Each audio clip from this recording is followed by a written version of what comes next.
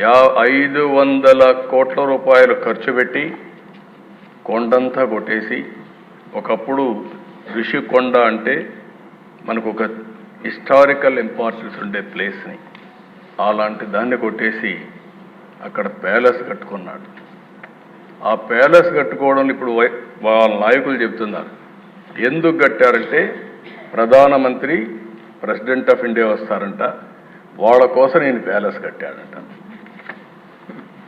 అంటే ఇంకా మనం అందరం నమ్మాల దిశ. అంటే ఈ రాష్ట్రంలో ఎక్కడికి పోతుందో నాకైతే అర్థం కావడం లేదు. శాశ్వతంగా కొంతమంది నాకు వచ్చి చెప్పారు, ఓసారి ఒక్కొక్క వ్యక్తి ఏ విధంగా తలుస్తారు, భగవంతుడు ఏ విధంగా నిర్ణయిస్తాడనేది ఇది ఒక ఉదాహరణ దిశ. 500 కోట్ల రూపాయలు టూరిజం డబ్బులు ఖర్చు పెట్టి బ్రహ్మాండంగా మిగిలిన డబ్బులన్నీ డైవర్ట్ చేసి ప్యాలెస్ కడితే అక్కడ కథలుగా చెప్తున్నారు. ఇంకా నేను కూడా మొత్తం డీటెయిల్స్ తెప్పించాలి, ముందు ప్రాధాన్యత క్రమంలో మిగిలిన పనులన్నీ చేస్తున్నాం. ఆ డబ్బులు ఆ ఉండే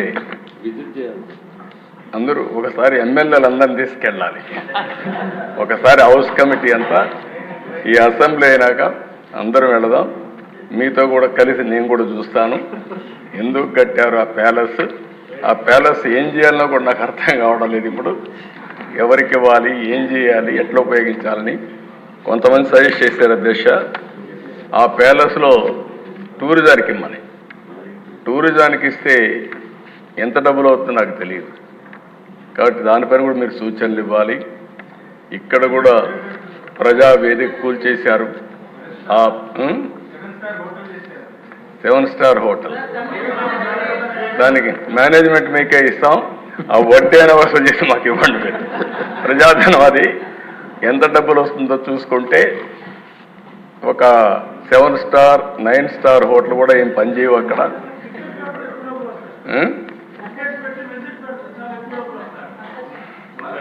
ఆ ఓనర్షిప్ మీకే ఇస్తాం, చేసి మాకు వసూలు చేసి ఇవ్వండి, కనీసం దాని మీద పెట్టుబడి అని. అంటే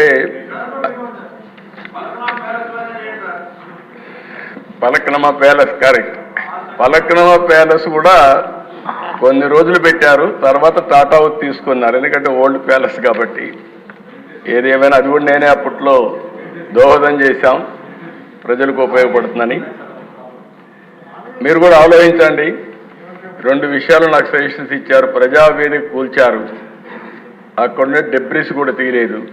అందరూ చెప్పింది తీయద్దండి, ఇక్కడి నుంచే అమరావతి కక్షగా అభివృద్ధి చేయడానికి ముందుకు పోదాం, ఇది ఇట్లే ఉండాలని చెప్పారు. తప్పకుండా అట్లే పెట్టడానికి ప్రయత్నం చేస్తాం. ఇది కూడా ఋషికొండ మీద ఉండే ప్యాలెస్ని ఏం చేయాలో మీరు కూడా ఆలోచించండి. దాన్ని కూడా శాశ్వతంగా మనం ఏం చేయాలో ప్రజలకు కూడా పెట్టే పరిస్థితిని చేద్దాం. అంటే ఆ దిశ ఇది చూసిన తర్వాత ఒక విద్యుత్ రంగంలో 1,29,000 కోట్ల రూపాయల అప్పులు ఉన్నాయి. ఒక్క మైనింగ్ డిపార్ట్మెంట్ 20,000 కోట్ల రూపాయలు దోచుకున్నారు. ఇసుకే కదా దిశ. కడాన ఇక్కడ ఉండే వాళ్ళందరికీ అనుభవం ఉంటుంది. మెటల్ క్వారీ ఎవడైనా చేసుకుంటే అది కూడా లాగేసుకున్నారు, అంటే దాన్ని కూడా భరించలేకపోయారు. ఎవరైనా సరే ఇసుక దోపిడీ జరుగుతూ ఉంది అని రోడ్డు మీదకి వస్తే ఇంటి వద్దనే వాళ్ళందరినీ నిర్బంధించి పోలీస్ కాపలాలు పెట్టే పరిస్థితి వచ్చారు అధ్యక్ష. ఇంకో పక్కన అధ్యక్ష ఒక్క ఎక్సైజ్, ఇది ఒక కేస్ స్టడీ. మళ్ళీ ఇంత ధైర్యం ఎక్కడి నుంచి వచ్చిందో తెలియదు. ఢిల్లీలో జరిగినటువంటి స్కామ్, లిక్కర్ స్కామ్ నథింగ్ అధ్యక్ష. దీని ముందర మొత్తం IMFL మ్యానుఫ్యాక్చర్ అంత రేపు నుండి మాట్లాడతాను, ఆ డీటెయిల్స్ నేను అక్కడ చెప్తాను. పెద్ద ఎత్తున అవినీతి కాకుండా ప్రజల ఆరోగ్యం పైన ఆడుకునే పరిస్థితి వచ్చారంటే చాలా భయంకరమైన విషయం. ఇది ఒక విధంగా చెప్పాలంటే క్షమించరాని నేరం. దాన్ని ఆ విషయాన్ని మళ్ళీ మాట్లాడతాను అధ్యక్ష.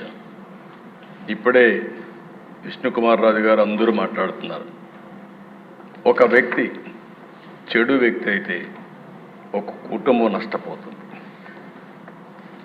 అదే వ్యక్తి చెడు వ్యక్తిగానే పాలకుడు నేరస్తుడైతే, దోపిడీదారుడైతే ఆ రాష్ట్రం మొత్తం నష్టపోతుంది. అదే రాష్ట్రం మనలాగానే మన ఆంధ్రప్రదేశ్ మాదిరిగా ఉంటుంది. అదే చెప్పాను నేను ముందుగా.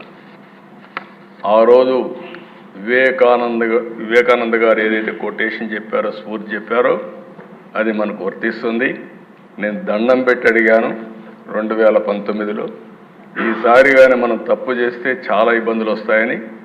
కానీ ప్రజలు కూడా ఆ రోజు ఆశపడ్డారు, ఏదో చేస్తాడని నమ్మారు.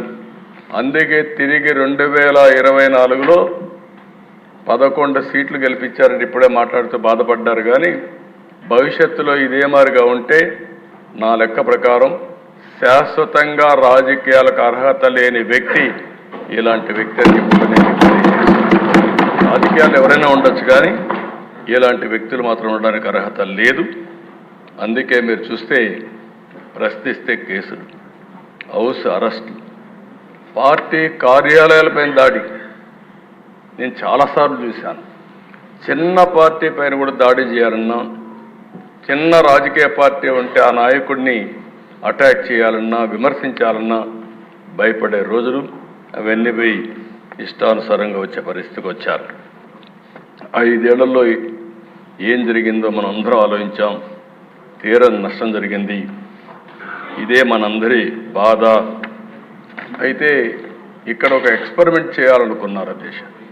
ఆ ఎక్స్పెరిమెంట్ ఇక్కడ ఉండే వాళ్ళు చాలామంది ఆలోచించాల్సింది. పులివెందుల్లో ఇప్పుడు కూడా వీళ్ళు ప్రజలు ఓటేసి గెలవలేదు. ఆ విషయం మనం గుర్తుపెట్టుకోవాలి. Over a period of time పులివెందుల్లో ఎవరైనా కానీ వేరే పార్టీలకు ఓటేస్తే వాళ్ళు అక్కడ బతకరు. ఎన్నికలైన తర్వాత కూడా కక్ష తెచ్చుకునే పరిస్థితి వస్తారు. దానివల్ల అక్కడ రాజకీయ నాయకులు కానీ రాజకీయ పార్టీలు కానీ మనుగడ సాధించలేకపోయినాయి. మొన్న కూడా మనం చూసాం, ఇక్కడ కడప ఎమ్మెల్యేలు ఉన్నారు. పాత కడప జిల్లాలో అధ్యక్ష 9 అసెంబ్లీ సీట్లకు 7 అసెంబ్లీ సీట్లు గెలిపించారంటే అది ప్రజల్లో ఉండే మార్పు, అదే వాళ్ళు ఇచ్చినటువంటి తీర్పు కూడా. అలాంటిది అధ్యక్ష నాకు ఒకసారి అనుమానం ఇచ్చేది, పులివెందుల మారిగా రాష్ట్రాన్ని మొత్తం తయారు చేస్తామని. కడాన ఎన్నికల్లో కుప్పం, పిఠాపురం, మంగళగిరి ఇలాంటి కొన్ని కాన్స్టిట్యూన్సీలు వీళ్ళు ఆడిన ఆటలు చూస్తే అది భయంకరంగా ఆటలాడే పరిస్థితికి వచ్చారు. రాష్ట్రంలో సంపాదించిన అవినీతి డబ్బులు మొత్తం ఆడ పంచారు. కానీ ప్రజల్ని మెచ్చుకోవాల దిశ 90,000, 70,000, 40,000, 50,000తో గెలిపించారంటే అది ప్రజలు చూపించిన స్ఫూర్తి, చైతన్యం తప్ప ఇంకోటి కాదు. దానికి మనస్ఫూర్తిగా అభినందిస్తున్నాను. పులివెందుల ఎక్స్పెరిమెంట్ ఫెయిల్ అయింది, అది రిప్లికేషన్ మోడల్ కూడా ఫెయిల్ అయింది. అయితే ఆ దేశ నాకు ఒక అనుభవం కూడా ఉంది. ఇక్కడ ఒక 20-25 కాన్స్టిట్యున్సీల్లో ఇనానమస్గా చేసుకోవాలని ప్రయత్నం చేశారు, ఎవరిని పోటీ చేయనీయకుండా. కానీ ఈరోజు మాచర్ల మీరు చూశారు, మాచర్లలో బ్రహ్మారెడ్డి బ్రహ్మాండంగా పనిచేసుకొని నిలబడుకున్నాడు, అతిపెద్ద మెజారిటీతో గెలిచాడు. అలాంటి దేశ చాలా నియోజకవర్గాల్లో క్యాండిడేట్లు ఎక్కడైతే గట్టిగా నిలబడుకున్నారో అక్కడ గెలవగలిగారు. దానికి కారణం ఈ దుర్మార్గమైన పాలన పోవాలని చెప్పి ఆలోచించి తీర్పిచ్చే పరిస్థితికి వచ్చారు. అందుకే దేశ రాష్ట్రంలో చర్చ కూడా జరగాల్సిన అవసరం ఉంది. ఈరోజు నేను ఒకటే మీ అందరికీ విజ్ఞప్తి చేస్తున్నా. నిన్న మొన్న మనందరం కూడా మాట్లాడుకున్నప్పుడు కొన్ని డిస్కస్ చేశారు. నేను నా రాజకీయ జీవితాల దిశ ఇంతవరకు ఎప్పుడు కూడా హత్యకు మళ్ళీ సమాధానం హత్య అనేది నా ఉద్దేశం కాదు. ఎప్పుడైతే కక్షకు మనం పోతామో అక్కడి నుంచి ఇది రావణాసుడి కష్టమారిగా తయారవుతుంది. నేను ఇక్కడ తప్పు చేసిన వ్యక్తుల్ని ఎట్టి పరిస్థితుల్లో వదిలిపెట్టాం. తప్పు చేసిన వాళ్ళని చట్టపరంగా శిక్షిస్తాం, దాంట్లో సందేహమే లేదు. కానీ చట్టాన్ని మన చేతుల్లోకి తీసుకుని మేము కూడా ప్రతీకారం తీర్చుకుంటామంటే మాత్రం చాలా సమస్యలు వస్తాయి. నేను అందుకే ఇక్కడే మెంబర్స్ అందరినీ ఒకటే కోరుతున్నా, రాష్ట్రంలో హింసకు తావులేదు. అయితే అదే సమయంలో నేరగాళ్లకు ఒకే హెచ్చరిక చేస్తున్నా, మొన్నటి వరకు అధికారం అండతో నేరాలు ఘోరాలు చేశారు. ఇక సాగవని గట్టిగా ఈ సభ ద్వారా హెచ్చరిస్తున్నానని చెప్పి కూడా నేను మీకు తెలియజేస్తున్నాను. ఇప్పుడు ఆపరేషన్ లేకుండానే మోకాళ్లకు ప్లాస్మా ట్రీట్మెంట్. మీ ఆర్థోపెటిక్ సమస్యలన్నిటికీ రోబోటిక్ టెక్నాలజీ ద్వారా తక్కువ ఖర్చుతో శాశ్వత పరిష్కారం. Free consultation. ప్రతి ట్రీట్మెంట్ పై 20% డిస్కౌంట్. ఈ ఆఫర్ కొద్ది రోజులు మాత్రమే. త్వరపడండి. V9 hospitals 9281465842.